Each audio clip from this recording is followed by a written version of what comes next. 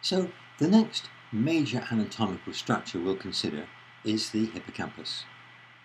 The hippocampal system includes the hippocampus proper and several closely associated cortical areas.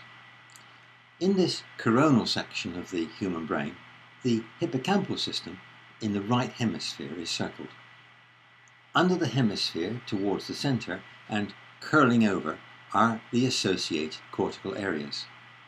Then the cortex thins down and curls over in the opposite direction, ending in the structure shaped like an arrowhead. This thinned down cortex and arrow or V-shape make up the hippocampus proper. Looking a bit more closely, you can see the entorhinal cortex thinning down to the subiculum, which thins down even further to form the CA fields, CA1, 2 and 3.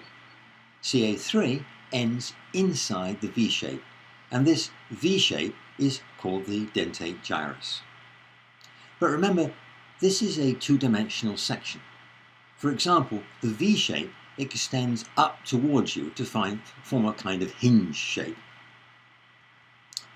So think about what the hippocampal system would look like if you could see the sheet that exists if you extended that green line vertically out of the plane of the section and then the sheet was flattened out. The CA fields would be at one end of the sheet, the subiculum along the way, and the fusiform gyrus at the other end. If you could open that sheet up flat, it would look a bit like this. You've actually got the dentate gyrus at one end, then CA3 between the dentate gyrus and CA1. On the other side of CA1 comes the subiculum, followed by the three cortices that are part of the larger hippocampal system: the entorhinal, the parahippocampal, and the perirhinal cortices. Then comes the fusiform gyrus that's part of the regular cortex. There is a certain amount of confusion in the terminology used for the hippocampus, in particular what structures should actually be included. In this course, I'll use the term hippocampal formation for the core anatomical regions, the CA fields and the dentate gyrus. The term hippocampus proper will include also the subicular complex, which is made up of the subiculum, the presubiculum, and the parasubiculum.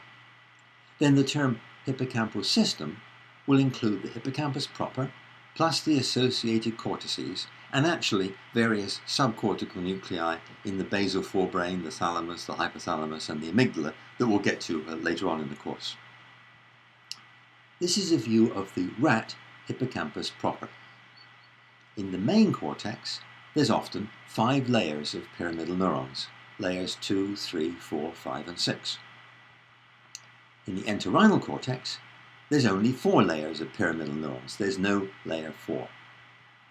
In the subiculum, there's just 2 layers, and only 1 layer in the CA fields. But note how the pyramidal neurons in the CA fields are still all lined up in parallel. This is a slightly closer view, and although there's only 1 layer of pyramidal neuron somas, there are actually other layers that have names. The layer that contains the somas of the pyramidal neurons is often called the stratum pyramidal. The apical dendrite layer is called the stratum radiatum. And you can see that relative to the major plane of the hippocampus, which bends around, the apical dendrites all point in the same direction away from the somas.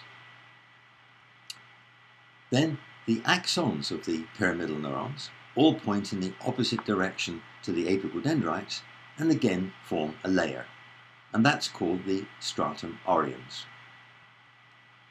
I've talked about pyramidal neurons mainly up to this point, but there's actually quite a lot of different types of neurons in the hippocampus proper. Some examples in 3 of the regions are illustrated here. CA3 is shown, and the neurons in the other CA fields are generally similar to those in CA3. The neurons in the dentate gyrus, the V-shaped region, are quite different, and those in the hollow of the V, which is part of the dentate gyrus that's sometimes called the hilus, are different again. Pyramidal neurons are the most common type in the CA fields, and they're very similar to pyramidal neurons in the cortex.